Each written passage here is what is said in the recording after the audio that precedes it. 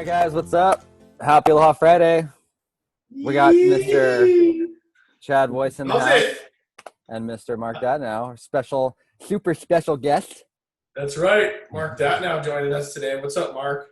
Good to be here, guys. Thanks for the invite. Yeah, man. I think a lot of people, when I was talking to Skyler about earlier before you joined, was I think a lot of people are wondering, like, why is the money so cheap and will it stay as cheap as it is? And, like, kind of give us a broad overview on that. And, like, I know you're freaking busy right now, so. Well, it's crazy busy right now because the last 7 days, the segment of the market that was kind of priced high for a while, meaning the conforming high balance loans, were priced high. And so we had a lot of people that were on the fence. Basically, you guys, the way it was working was early days of Corona, all the rates were good. And then there became a bit of a problem of lack of liquidity in the marketplace, meaning that there just weren't homes that they could find for these loans after the fact. So basically jumbos became really hard and conforming high balance became priced pretty high too. Last week, conforming high balance moved all the way down to the low threes. And we are on the average putting 4 or 5 or 6 loans in every day. People are refining like crazy. Yeah, that's awesome, man. Like, so historically, obviously, like I'm kind of a data nerd, and I think people who are on this are aware of that. But anyway, historically, what's kind of the average that people or mortgage rates have been in the past? Are we at historic lows? Are we near historic lows? What's kind of... We're close to historic lows at this point. Certainly in the last 7, 8 years, we haven't seen anything like this. Back in the old days, rates were crazy high if you hear about them. But in the last several years, people were thrilled just to get a deal in the 4s. And then, a new normal happened and it was in the 3s and high 3s. But right now we gauge it by volume, you guys. And when you look at on a national level, I work for the 5th largest lender in the country, guaranteed rate. On a national level, we're closing $6 billion of loans every month in the last several months. And when you feel the market, it's like in your business, Skyler, where people are all buying a stock because they feel it's at the best levels it's going to be for a while. That's kind of how people are feeling right now with mortgages. They're saying, okay, you know what? The market's bottomed. It's time to do this. And that's the thing that we're feeling. We're feeling and seeing people that refied 6 months ago coming back and saying, you know what? I don't think this is going to go any lower. And you can save me almost 3/4 of a point if we do it now. Let's do it. Yeah, that's super interesting. One of the things that I'm curious about too, because there was an issue with forbearance and, a lot of folks who were really affected by COVID, who've been laid off and everything. Some of them obviously can't pay their mortgages, they can't pay their rents. And so from an investment standpoint, from what I've understood and what I've seen and talked to people about in the last couple of weeks, because there's that issue, there's been a difference in the amount that someone can qualify for on the investment side. So like an investment property versus a owner occupied house. Can you talk about how that has, like, what the differences between that and do you see any recovery in that kind of space? What's happening? Well, we're seeing lenders change their guidelines in the case of investment properties to the point where the best pricing is going to come obviously as usual with the best LTV, but also you're looking at 25-30% down with good credit. People are still getting loans in the high 3s, and it hasn't been so much because of COVID. It's just been that generally the best rates anyway are on owner-occupied properties. And right now, especially for people that do have jobs that are not in forbearance, the government loans are great. Fannie Mae, Freddie Mac are great. And as far as the investment properties go too, yeah, it's tougher from a jumbo standpoint, but from a conventional conforming standpoint, you can still get it done. Jumbo's really hard on the investment front. And Mark, for the people that aren't familiar with those terms, What's a jumbo as opposed to conforming conventional, like limits so you So, understand what the so the cost is? basic conforming loan is up to 510. Yeah. Then you're looking for a conforming loan. Right. Then you're going conforming high balance, which depending on which county you're in, it's different. So in San Diego County, 701 500. So the difference between that 510 and the 701 500, conforming high balance. Those are the loans we talked about a few minutes ago, low threes. Anything more than that, 701 500 is a jumbo in San Diego County, and those ones are tougher. You're looking at more tougher guidelines, certainly tougher from an investment property standpoint, much tougher, and lots of hindrances to people that do not have the best credit right now. Right. And obviously the underwriters are being ultra strict with approving the loans down the road once you guys are in escrow or whatever, or even if it's a refi, because especially on the jumbos, you're saying. Right. I mean, all the way through, even in the conforming loans, must have a job, keep a job, and must maintain the pay levels that they've been making up to now. So yeah, the underwriting is definitely tougher, but by the same token, there's a lot of people out there that still do have jobs and still are working, and they want to buy houses or they do want to get refi. Right. Interesting. Man, seems like if folks haven't had that conversation with their lender or financial planner or agent or anything like that, like it is something that they probably should be doing, just because who knows if these are going to stick around for a while. Like looking forward, sorry, go ahead. Sorry to interrupt, but yeah, I mean, it's hard telling where they're going to be. And, just like the stock market, there's different buy points. And maybe we have bottomed out now, but by the same token, I don't see things majorly changing, at least to the election. I mean, at least through November, the rate environment's going to be good. Right. Yeah. And to kind of piggyback on that point too, the Federal Reserve said, I think we were talking about this last week, Chad. Federal Reserve said they're going to keep rates super low, at least for the next 2 or 3 years. So, I mean, that's going to be awesome, right? Like over this kind of short period. So for folks who are interested or want to get into either their first family home or townhome or condo, whatever, it is an awesome time to do that.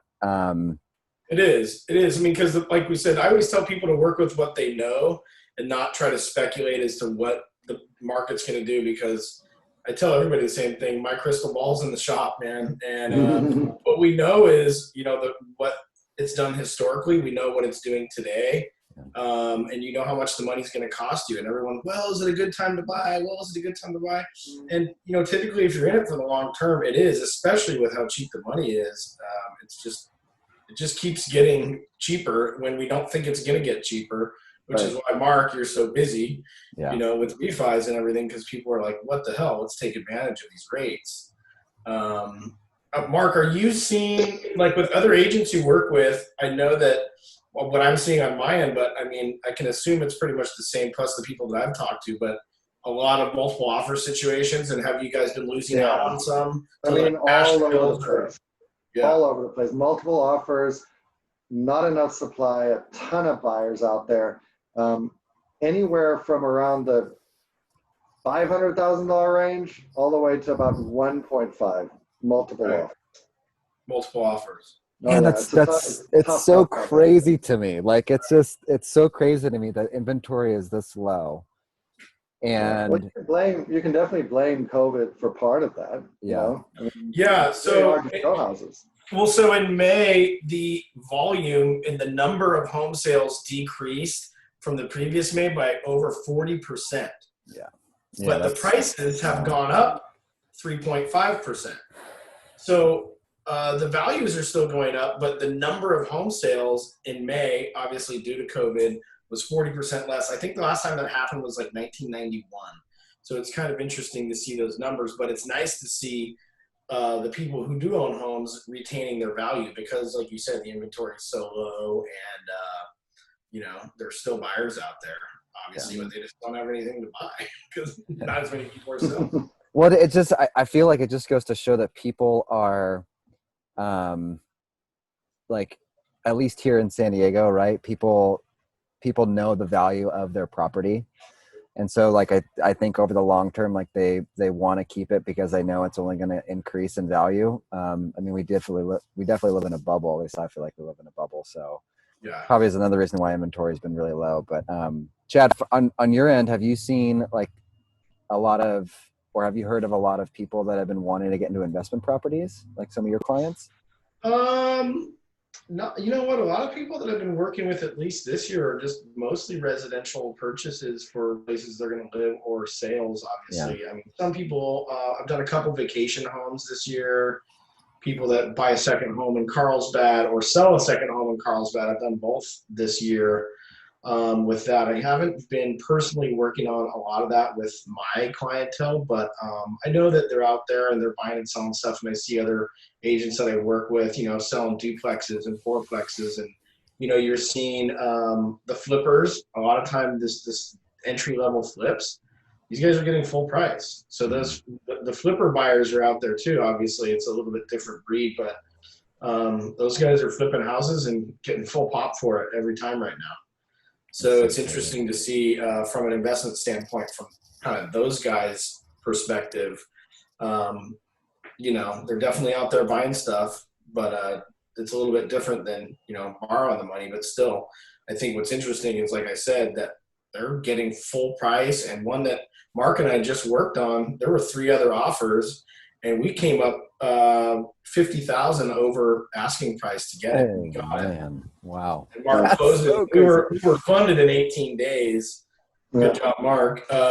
So, you know, it's interesting. That's awesome. Mark, what about you? From your perspective, you obviously do, like, you know, this is what you do, is this loans and refinances and everything else.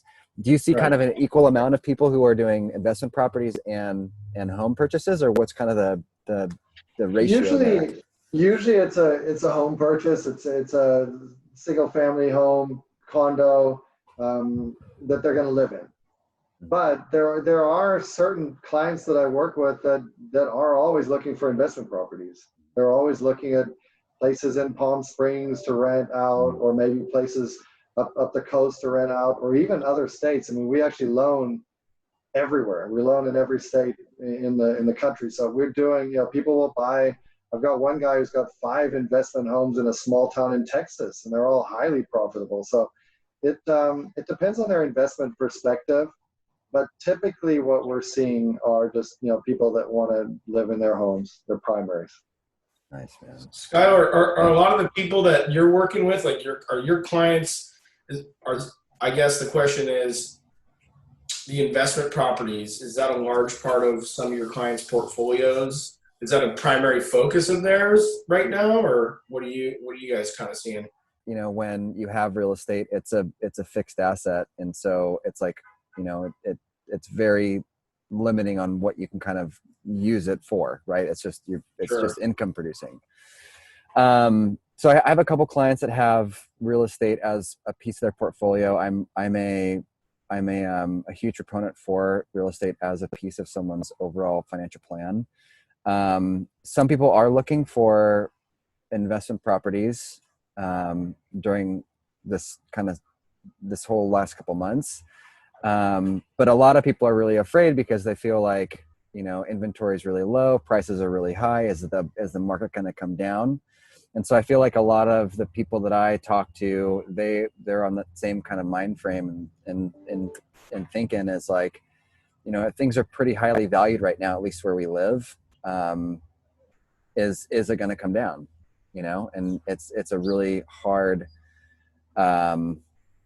It's really hard to say whether or not that's going to happen. You know. Right. So what do you guys think? Do you think we're pretty good? We're pretty solid. Coming down. What do you think? Chad, we'll start with you. Okay, Mark, go ahead. I don't, in the short term, I don't see anything major happening, and everyone's looking for a big shift to the downward side. I think even if it does shift downward, you're looking at, you know, 5 or 10% at the most, which is not a lot. I agree with Mark, and that's what a lot of the economists that I listen to are saying. Um, if it does, it's not going to be much. And again, back to my long-term hold thing, especially for buyers right now, first-time home buyers. If you plan on being there 10 years, or at least 8 years, it's a family home, whatever it is, you're going to be fine in Southern California, in San Diego especially. Yeah. So ride out the dip. Always. So it sounds like at least for the next 3 to 6 months, rates are probably going to stay pretty much where they are, Mark. There's not really going to be much kind of fluctuation. One of the things, go ahead. I was going to say, as far as the Fed is concerned, at keeping it close to zero, I mean, that obviously has a direct correlation with what the rates are going to do. And they said they're going to keep it low for the next year or two. Is that right? Yeah, till 2022. But it's interesting because so all this money is basically being put into our economy, from the Fed, and we're basically getting a blank check. So some people are afraid of, inflation and how that could potentially affect things moving forward. But, something that I was reading this week, both the Fed and some other things, some other news outlets and economists and whatnot were basically saying it's not really that big of an issue because the money is pretty much filling up holes. It's not really like, there's not going to be a surplus of money, so to speak. So, have you guys had that conversation? Have people talked about inflation, Mark, at all? Yeah, I mean, it's definitely a concern. I mean, the rates being as low as they are, but it shows that the economy is not that strong. We've got some repairing to do, and but yeah, inflation is definitely a risk, no doubt about it. Mm-hmm. We're in very uncertain times. And it'll be interesting to see where everything goes in the next 6 to 12 months.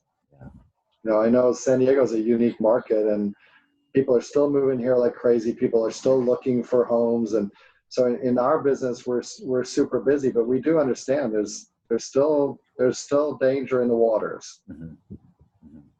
Yeah, I'm on that same mind frame too, especially when it comes to the market right now.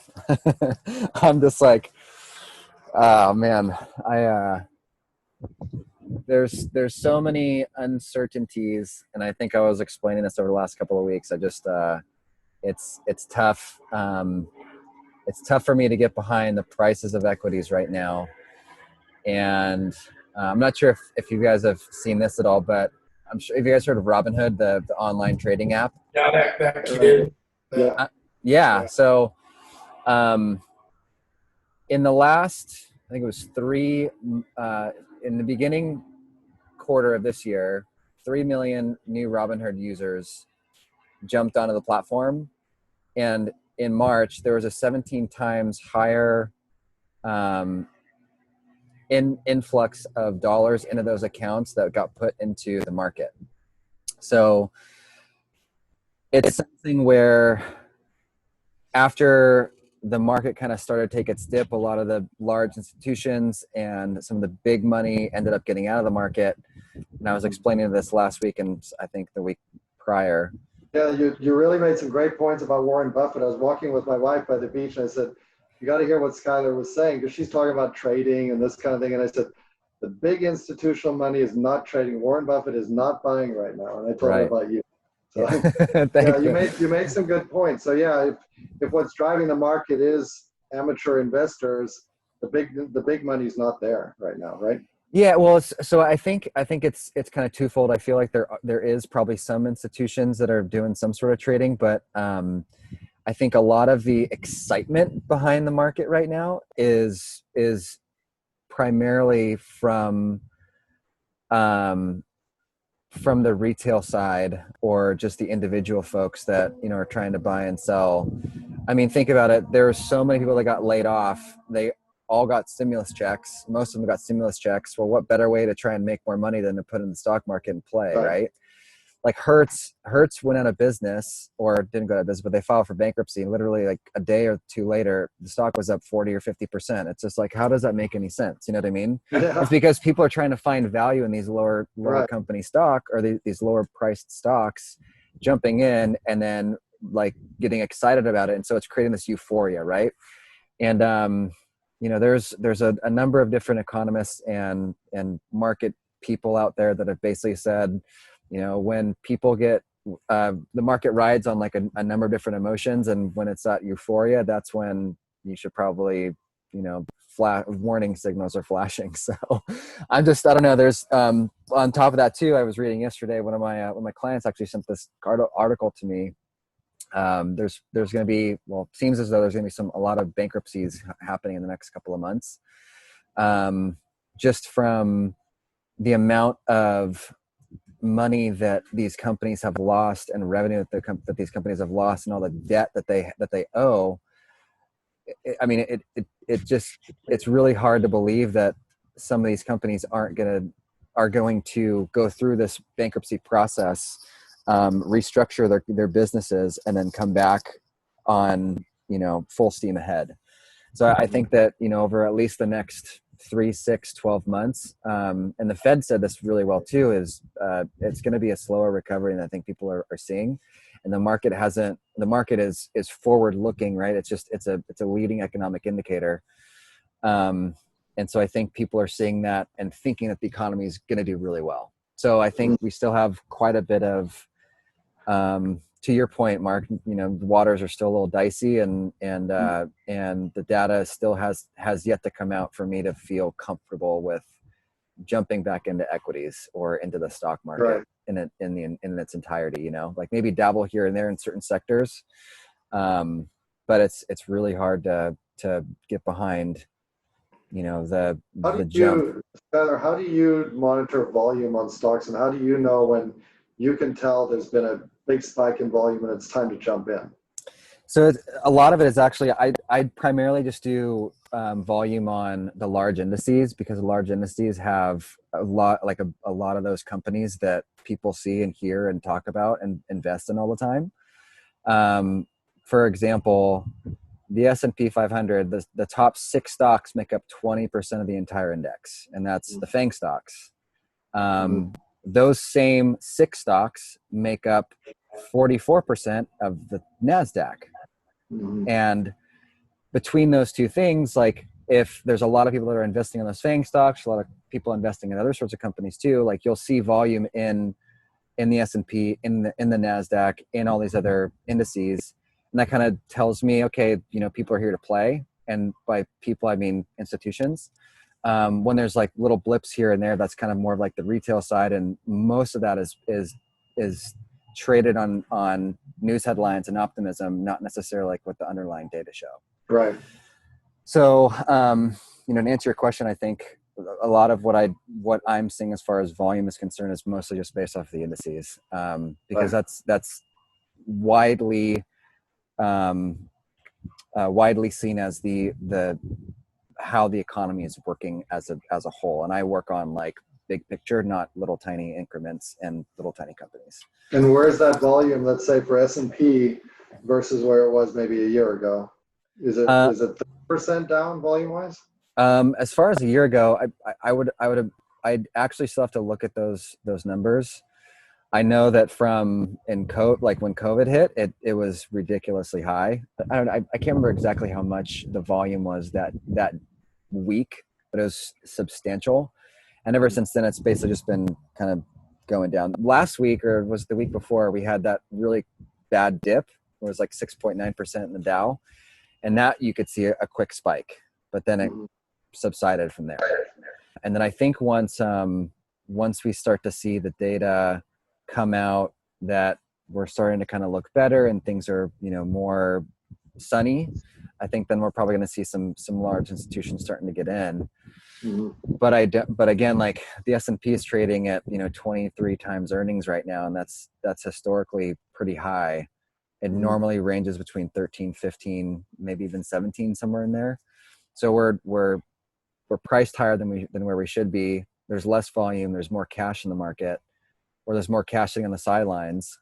So it's hard again for me to say that I think it's a good time to jump in to the equity market right now. So there's nothing attractive sector-wise right now. No sectors that you would invest in. Tech looks good, but that's not to say that tech isn't as volatile or more volatile than other sectors.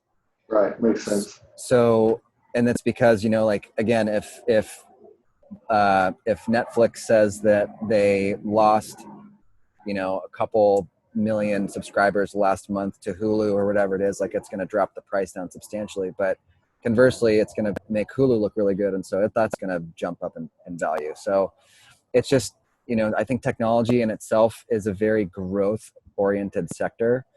It is traditionally and historically higher priced than other sectors are.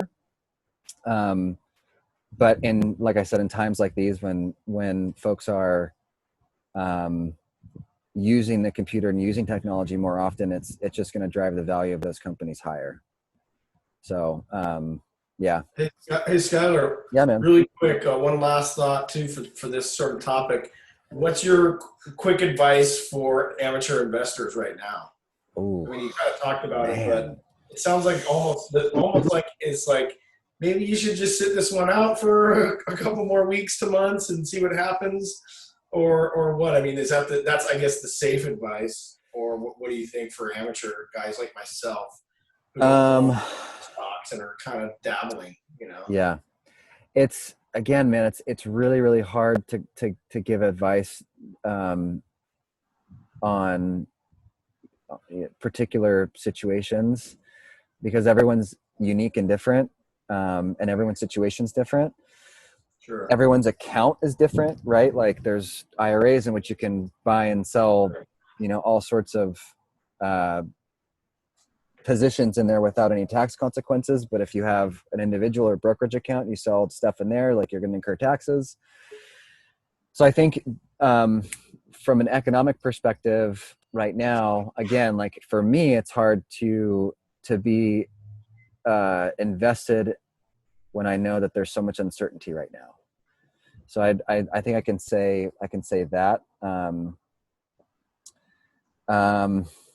It's hard, man. I can't give anyone particular. Well, I guess this: if you have a plan, if you have a plan that an investment policy or an investment plan that you've developed, stick with it, because over the long term, like, if you're comfortable with what you're doing and you know that there's going to be these kind of bouts of volatility and things are going to go up and down, and you're okay with that, then that's great. Like, kind of continue to do, I think, what you planned on doing.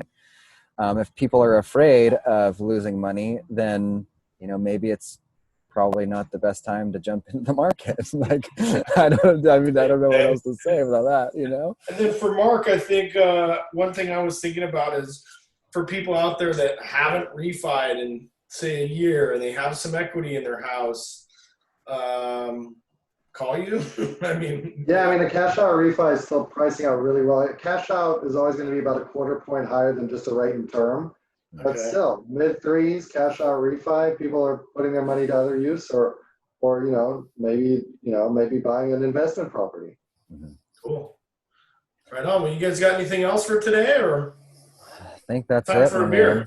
Yeah, I got one right here. I didn't crack it open, but hey, it's a nice little Corona ready to go. Still have it. I got some green tea. Looks like Mark's still in the dungeon, Mark. Back there. Yeah, I've been glued to my chair since 5 this morning. It's been a little crazy. I know that. Yeah, man. Well, thanks for taking the time to sit with us today, and I think that helped give some people some insight on the rates and what's going on. Thanks for having me on, guys. It was great to meet you in person. Like I said, Skyler, it was great to be on. Yeah, buddy. Stoked, Mark. Thanks for joining us. We're happy, and we'll do this again. It'll be fun. For sure. Love it. Love it. Boys. Thank you. Have a good weekend. All right, guys. Aloha. Aloha Friday. Have a good one. Bye, guys. Bye.